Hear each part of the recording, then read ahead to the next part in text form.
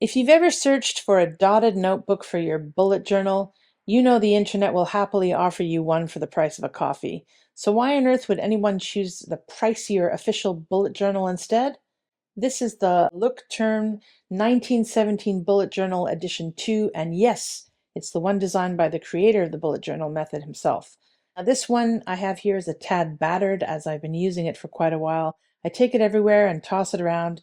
Depending on your needs, this can last a few months or a few years. The good points? Well, first, the paper. It's 120 GSM. The journal saves you a lot of setup time. The pages are already numbered. There's a built-in owner page, a notation key that you can append or amend, an intentions page, index pages, and future log pages.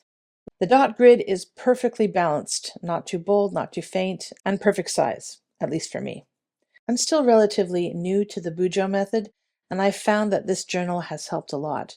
There's a grid guide inside the cover, a pocket guide in the back that explains the bullet journal method, but sorry, mine's no longer here because I've read the official bullet journal book, so I didn't need it anymore. And the journal has thoughtful details like multiple bookmarks, stickers, and an expandable pocket, and there's an elastic band to keep your book closed. Useful if you're a klutz like me who's always dropping stuff.